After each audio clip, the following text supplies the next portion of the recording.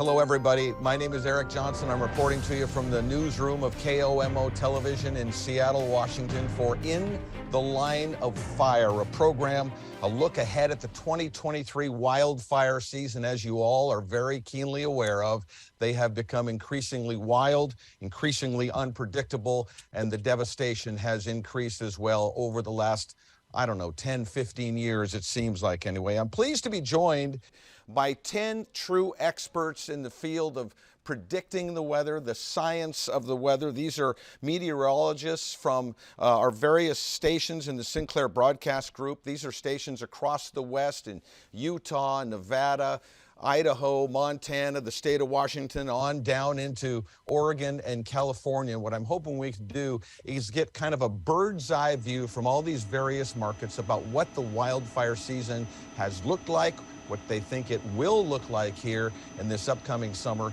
and also as it pertains to the winter, the wet and snowy winter that we've just experienced. So these are the experts. We're going to get a conversation going here. 250 years of combined meteorology here with this group we have amassed today. So this is going to be a lot of fun. I want to start everybody by asking for a show of hands. How many of you in your various markets have seen record highs when it comes to snowfall or rainfall, or at the very least extreme highs in this past winter that we've just seen finish up?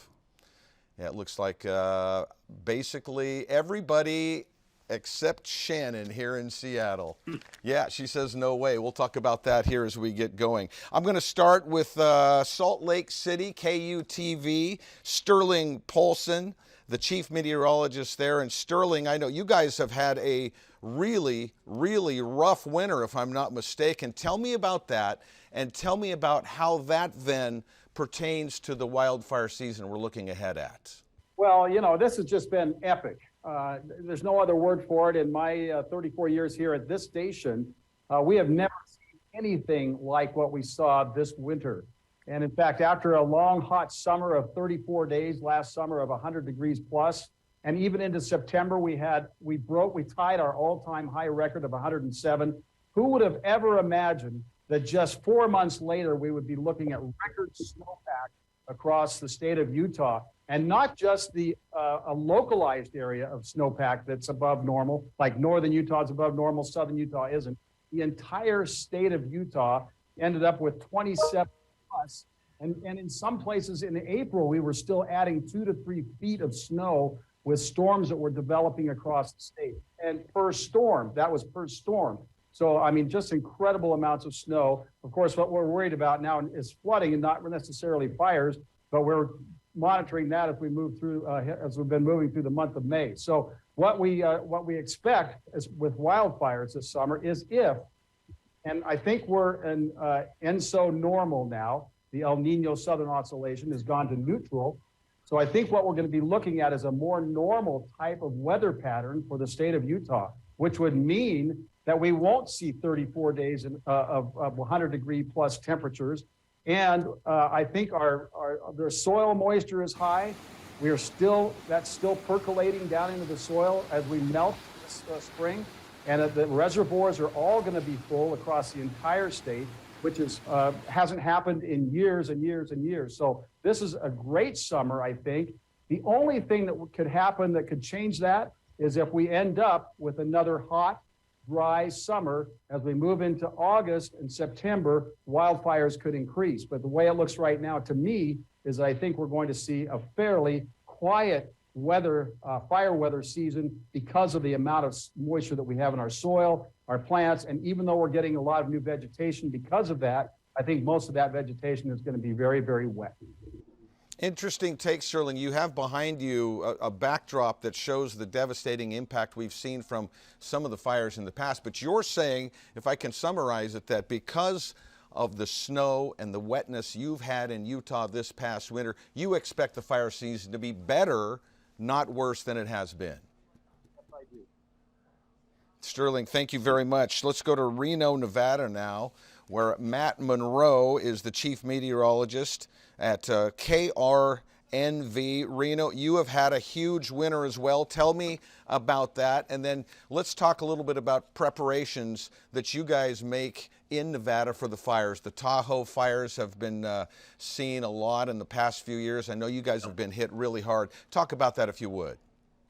First of all, the winter here, kind of like piggybacking on what Sterling said, absolutely epic. He had an epic winter there in the Wasatch, and we had an epic winter here out across the Sierra Nevada. And it's really statewide too. Of course, that range runs down through California and through Western Nevada. And as far as percentages, 200 to 300% of normal. That's up and down the entire range. So that's the northern, central, and in the southern Sierra, upwards of 300%, about 3 times the normal snowpack. So as far as California is concerned, statewide, it is a record year, the largest snowpack ever in the history of California since recorded history. So we have about 700 inches of snow up on Donner Pass. Just like Sterling, we've had big storms in April as well, adding to that. So it's either records or near records at just about every singular point up and down the Sierra Nevada. And that's where the majority of our wildfires come from. Lake Tahoe, obviously, at 6,000 feet, about 6,200 feet, a very high alpine lake. That's why they're always in danger. They're surrounded by forest. And in recent years, we've had the drought. So it's been just kind of, they've been dodging the bullet. They had the Caldor fire.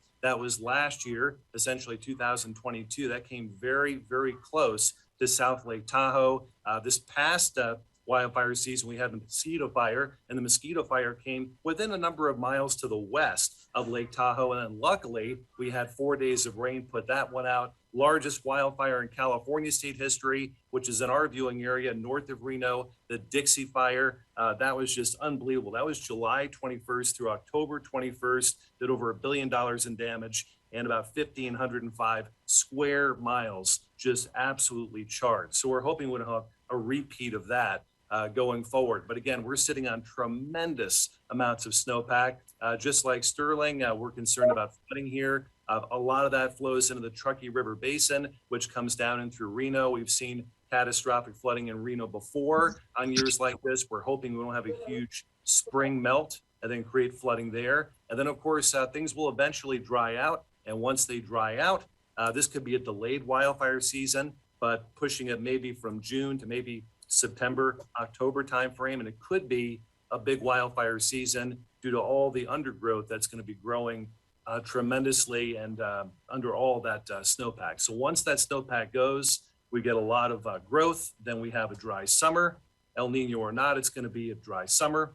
And then basically, hopefully, not a huge wildfire season in September, October, but it could be a delayed wildfire season in short and a rather intense wildfire season. Matt, I know you've covered weather really all over the country, from what I understand. Yes. And let me ask you this: is the degree of extreme weather that we've seen in this last 4 or 5 years, is it higher than you've seen in your career around the country? As far as wildfire activity? Wildfire, just extreme weather in general, the extreme winters, the extreme heat, the fires. I mean, I have to say so because it's been, it's essentially out here, it's been either feast or famine. So we've either gotten just incredible wet seasons or incredibly dry.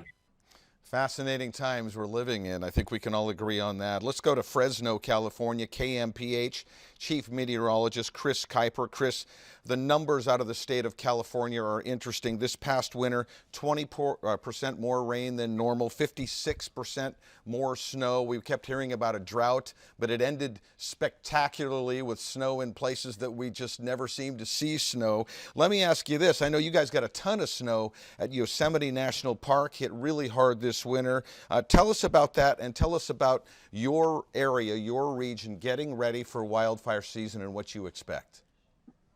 Well, just to go along with what Matt was saying there, the Sierra Nevada is in just incredible shape as far as the snowpack goes. Most areas of the central Sierra Nevada are reporting 200 to 300% of their April 1st average. Many areas at or above record snowpack depths and water content. And so the snowpack in the Sierra Nevada is just outstanding right now.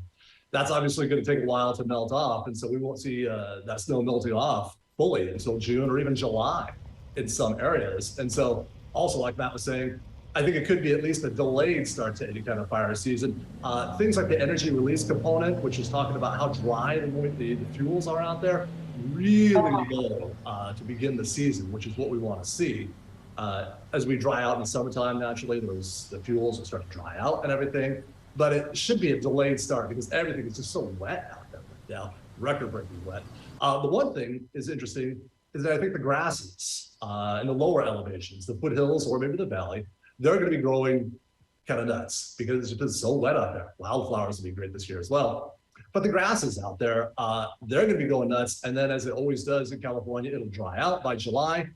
So that area might have a little extra fuel or so. But those are those little low foothills or in the valley where we typically don't get those big fires. The higher elevations where you get the big fires like the Creek Fire right here, the Camp Fire in Northern California, the fuels up there, the pine trees and whatnot, they should be well hydrated for the summertime. And so hopefully that will help at least prevent any kind of major fires. Kris, thank you very much. I want to do another show of hands from you guys because it seems like there's sort of competing theories. One idea being that the more moisture, the more snow, the more vegetation, and then when the vegetation dries out late, that becomes fuel for the fire. So let me ask you this. How many of you think we will have a better fire season this summer than we've had in recent years? Show of hands. I'd say grudgingly most of you, but it's a split decision. It looks like about half. About half of you think it'll be worse, and about half of you don't think so. Let's go to Portland right now for Chief Meteorologist Dave Salesky from K2. Dave, I haven't seen you for a long time. We worked together way back in the day. I feel like Portland is getting more extreme all the time. Having lived there many years ago, it just seems like there's more ice storms, more snowstorms. It's hotter in the summertime. Has that been your experience? It has been. I mean, certainly in the last 30 years that I've been in this market, yes, you look at the fact that we've had record-breaking high temperatures. We've had very, very high fire years. Now, last year, 2022, not as bad as 2021, which we had devastating fires in 2021. I'm concerned about 2023 because the potential for seeing wildfires with all the fuel that we're going to have on the ground this summer from how wet it's been this winter. That dries out in August and September, which is our peak fire season. We could have some big problems by the end of this summer. You know, I'm thinking back to that wildfire you guys had down along the Columbia River there, where it's in some of those areas in Oregon especially, and I would also say the state of Washington, it's tough to even get at the fires, let alone douse them with water. And that's something you in the state of Oregon and us in Washington and other places have to deal with, have to prepare for, right? I feel like we're training more, we're preparing more than we ever have for wildfire seasons, but it's so hard to predict, right? The problem here in Portland and in Western Oregon is what we call an urban wildfire interface, where you have the city of Portland, which is just a few short miles from the Columbia River Gorge, which is a scenic area, a lot of trees, a lot of very dry brush. You get a strong east wind developing, and we saw this in 2021. All that smoke and that fire got very close into the Portland, Vancouver area. Some of the outlying towns like Corbett, Troutdale area, they had fires that were literally just 2 or 3 miles away from getting into those towns and causing all kinds of problems. Thank you, Dave. We're going to go right down the road about 2 hours now to Eugene, Oregon, where John Mayer is the chief meteorologist there at KVAL and KMTR. John, welcome. Thank you. It looks like a beautiful day right now in Eugene, Oregon. Let's talk a little bit about the winter you've had, the wildfires you've seen in recent years, and what you think the forecast is. Have you seen fires, for instance, in places where we hadn't seen them in years past? Well, you know, very similar to what we were just talking about. The biggest difference that we've been seeing here is all of those fires getting a little bit closer to the more heavily populated areas. That is something that we've been getting here in the past few years. But quite frankly, this is just a very heavily forested area. We're in Southwest Oregon. You can see the forest out there behind me. You add up the Willamette National Forest, the Umpqua National Forest, we're up to about 2.6 million acres. Our 3 major counties that we cover are about 7.6 million acres. So about a third of our land is national forest, and that doesn't account for all of the forest. So this is just an area where this is going to happen. The question is, how bad is it going to be? And our past winter, we've been sitting right in that sweet spot. I mean, we certainly haven't seen the level of record-setting snow or rainfall that we have up and down the rest of the coast, but it has been pretty solid. I mean, we're well above par with our snowpack. We've had some really decent rainfall out there at times, but all told, it's just a question of when we're going to get to that point. And as of this moment, we are primarily talking moderate drought conditions across our region, which is better than most recent years, but kind of sets us up similar to 2021. And our major fire at that point, that was the Middle Fork Complex fire. That was our smallest recent major fire, but that was still 86,000 acres. So if that's a good year, then it looks like that's where we might be heading. Still, I mean, there are going to be wildfires here. The terrain is horrendous to try to contain a fire that gets started in these forests. It is an uphill battle every single time, and I don't necessarily think it'll be much worse than our prior years here in our region. We've had a fairly middling sort of a winter, but it's enough that we're likely going to see something. It's just a question of timing. It's just a matter of when, right, John? Thank you very much. Let's go down the road there to Medford, Oregon, and Holden LeCroy is the chief meteorologist at KTVL, Southern Oregon. You're just across the border from the state of California. Looks like a gorgeous day behind you there, Holden. Let's talk a little bit, if you would, about the winter you've had.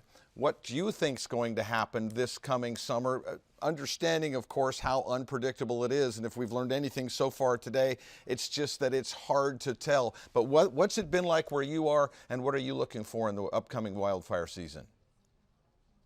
So here in Medford, we're kind of on the boundary between the active weather we've been seeing down across Northern California with the atmospheric rivers, and also the kind of quiet and lack of rainfall that we've been seeing. I'm sure Shannon's going to talk about that up towards Seattle, where actually below average for precipitation. But you can kind of see behind me, this has been most of our winter. We've had areas of clouds, rain, snow. Some areas have really benefited from the snow. Some of our snowpacks across the region, including the Rogue Valley, the Rogue Basin, Umpqua Basin, are around 140 to 150% of normal for this date.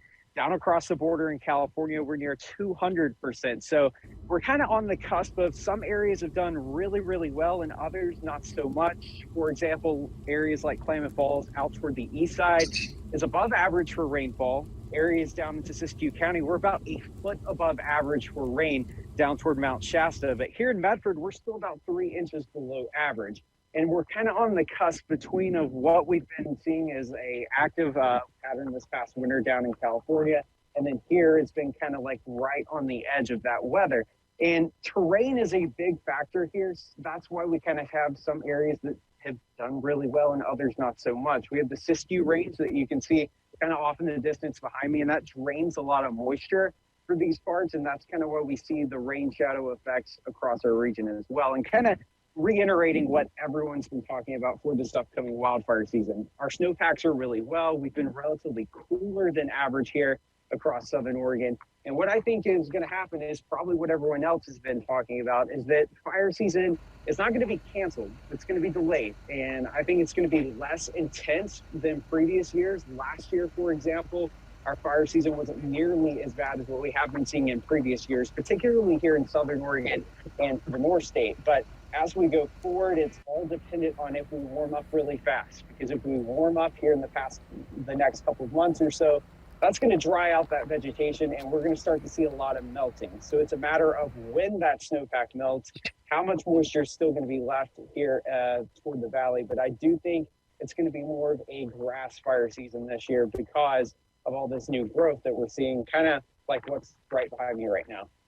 If I'm hearing you right, Holden, getting hot real fast is the enemy this coming summer, right? Yeah, exactly. If we can kind of moderate these temperatures, not see a sudden uptick in temperatures like what we saw in 2021 or even 2020, where we quickly got up to 100 degrees. Because here in Medford, we kind of stay in the 40s and 50s in the winter, but then the summer comes and we get hot really fast. So if we can kind of hold those triple-digit temperatures off until maybe later in the season, I think that we're going to be right at the cusp of rainy season, and that's really going to help us out a little bit. All right, Holden, thank you very much. You know, early on when I asked all of you if you've had record snowfall or rain to raise your hands, I think Shannon here at KOMO TV in Seattle, Shannon O'Donnell, was the only person that didn't raise your hand. It has been fairly moderate in our little corner of the world, hasn't it, Shannon? You know, up here, as you've been hearing, we're sending all the wet weather this season into California and Nevada, Utah for Sterling, into the Wasatch. Matt was speaking about that in the Sierra Nevada and Reno, and Holden just spoke to that. He's just to the north of one atmospheric river after the next that has been plowing through California and then moving its way to the desert Southwest. So relatively speaking, we're running a little dry up here. It's been cold, however. We started the season right before Christmas, the winter season, with some snow here around Western Washington. Then it was just kind of chilly for several months, but relatively drier. Shannon, I want to ask you about air quality. You know, I've talked to people around here who said they could not remember in their entire lives more than maybe one or two situations where there was a lot of smoke in the air. And now it feels like we've had that basically every year for the last several years. And at times, we've had the worst air quality in the entire world. That's not what people think about when they think of Seattle. And most of those fires, or a lot of them anyway, aren't even from our region. I know we've had smoke come down from Canada and up from California. Is this just the new norm in your opinion? Well, had we had lifespans that went over 100 years, or had we asked some people, you know, that were around here and had memories of living in the 1800s, they might, you know, speak differently to that. Thankfully, we have some from the 1800s when people were just starting to really settle here in the Pacific Northwest. And Mark Twain very famously visited the Northwest in 1895 and was quoted, I just looked it up to make sure I got it right out of the Tacoma Tribune this morning. He said, "Your scenery is out of sight." And he was, you know, as usual, play on words with Mark Twain because he thought it was lovely around here, but he couldn't see anything because we happened to be full of smoke that summer of 1895 when he was visiting.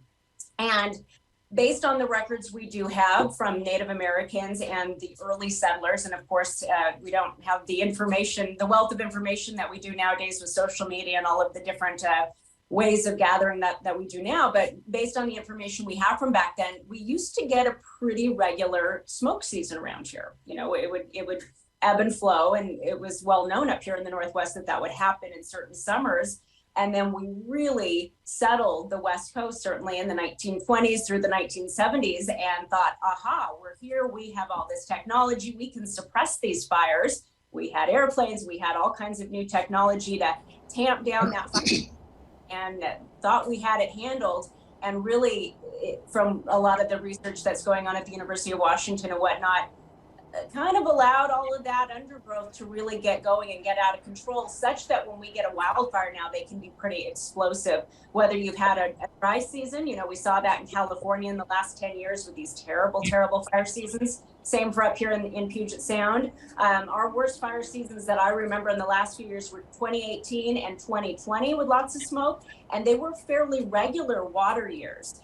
It was more of the short-term patterns that would happen, the synoptic and the mesoscale patterns that would happen and set up in the summer, where you'd get a big ridge of high pressure, say, sitting in eastern Washington, with weeks of the offshore flow, the Cascadia winds pushing all of that smoke and that dry, hot air in Puget Sound. Those were the really terrible fire seasons for us. Sometimes you get monsoons that pop up here late July and August. It's really hard to tell right now if that's going to happen, if that's going to be the pattern. We get the monsoons breaking out here, we get a bunch of lightning, and all of a sudden our fire season's off and running, whether we had a dry winter or not. So there are some things that are still unforeseen that will happen later this summer that makes it hard to call what kind of fire season we're going to have. Thank you very much. I want to head down to Boise, Idaho right now. KBOI Chief Meteorologist Roland Steadham. Roland, I guess one of the things that strikes me is we want to predict, we try to predict. You're there in an area that gets a ton of snow. You get some really hot temperatures in the summertime, but it really is anybody's guess what's going to happen, right? It really is. This year, I wish I could say that we had a ton of snow, but we've been just right there above the average. Our snowpack this year is averaging between 130 to some of the mountain ranges to the south of us because of the proximity of the storms tracking down into Nevada, California, and Utah. Some of the southern regions are tracking about 200% of normal snowpack. So we've been kind of like on the outer fringe of all of these storms as they've been primarily favoring California, Nevada, Utah, Arizona. So we've been on the outer fringe. Now, one of the things for us is a real dictator of what happens with our fire season is the temperature readings. Our average summers, we get about 10 days per year, temperatures at or above 100 degrees. Last summer, we had temperature readings of 100 degrees that exceeded 25 days. So it was a very hot, dry summer. And yet, the fire season really wasn't that bad for us here in the Gem State. It was pretty bad elsewhere, but here, I don't know if you guys know, Boise is home of the National Interagency Fire Center, NIFC. And so they're the ones who control and send resources out to all of the other states to battle the fires. But we are at the crossroads of all of the fires that range from Vancouver, Washington, Oregon, all the way down to central Southern California. Those fires get caught up in that westerly flow. The smoke gets caught up and we just end up drowning in smoke here. So it's really bad for us here, but the fire season itself wasn't that bad. Our snowpack is about average or a little bit above average.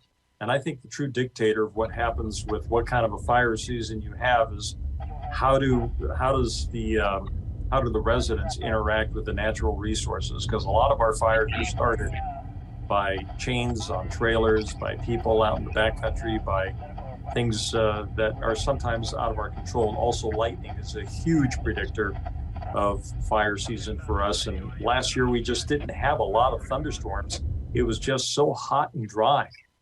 But fortunately, we kind of scathed away without getting a lot of fires ignited in our state. It's so fascinating to me. Just up the road, Sterling in Salt Lake is drowning in snow. Not that far away is Boise, and you guys didn't quite get as much as you like to and would normally get. I want to go to NBC Montana, which is a regional network in Montana that covers Missoula, Butte, Kalispell, Bozeman. Chief Meteorologist Brooke Foster. Thank you for your patience, Brooke. Let me ask you, it looks like, is that snow behind you? Is there still snow on the ground? There is still snow on the ground. You know, Missoula recorded 111 consecutive days with at least 1 inch of snow on the ground. That's the third longest streak since 1902. But mountain snowpack is still running about 5 to 15% below normal. Now, naturally, we're going to make that up because of these spring snowstorms that keep moving through. When we look forward, last year, looking back first, last year we were primed for a bad season, but we did have a lot of rain that moved through in June and July. So despite the record heat in August, it was a pretty tame season for us. If we see that repeat itself this year, then things might be okay. But going into 2023, much of the Northern Rockies, we are already under moderate drought conditions. Parts of the Bitterroot and Lolo National Forest and the Beaverhead National Forest are already in severe drought conditions. So really only time will tell for us.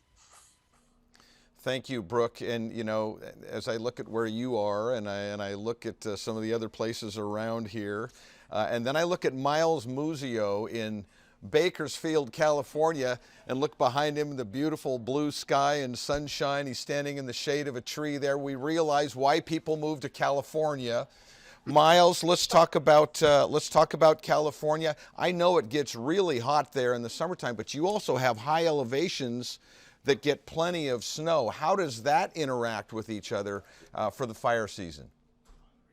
Well, just this last September, we had a high temperature of 115 degrees. That set an all-time record for September. But this past winter has been just epic, like everybody has said. We just ended March, and that was the 5th consecutive cooler and wetter month in a row. That's the last time that happened was in 1998. So it's unusual to have consecutive cold and wet winters. But this past winter, we had 16 storms. We've had 13 atmospheric rivers. We've had 2 bomb cyclones.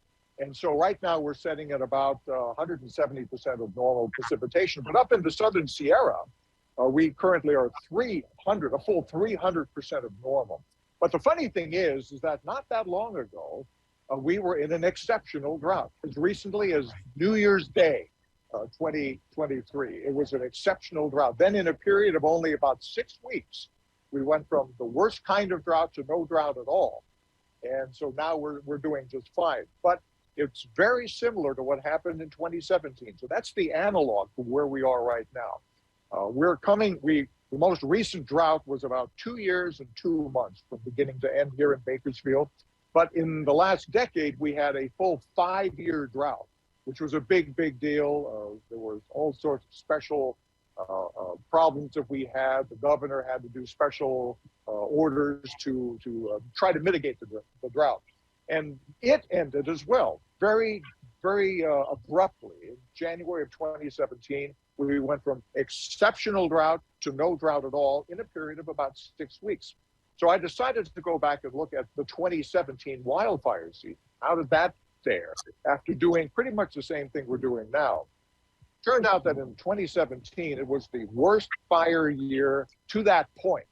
2018 and 2020 was actually a little bit worse. We had about 9,500 individual fires, about $18 billion damage, and 47 lost lives, including the big fire down in Santa Barbara and Ventura, the Thomas Fire, which burned 281 acres.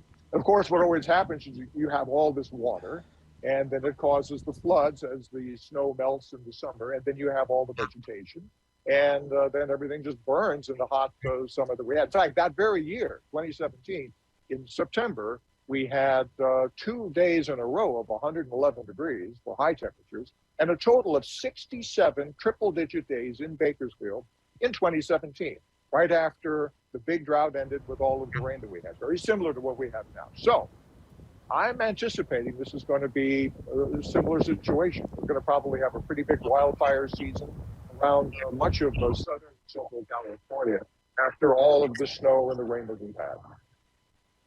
It's interesting as it pertains to the long drought in California. It's like, be careful what you wish for, right? All of a sudden, you're up to your neck in snow, and there presents a whole different list of problems.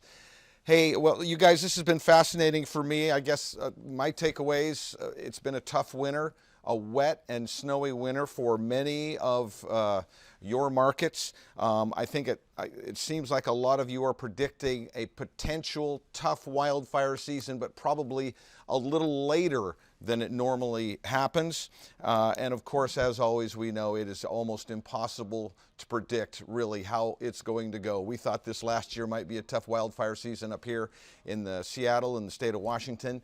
It wasn't as bad as it had been. So we'll have to see what happens. But I want to thank all of you for your expertise and for the job you do and the work you do. And thank you so very much. John there flashing that KVAL coffee mug to get a little free advertising. I caught that. Listen, you guys, thank you very much. I appreciate all your help. I'm Eric Johnson reporting from Seattle. Thank you for tuning in.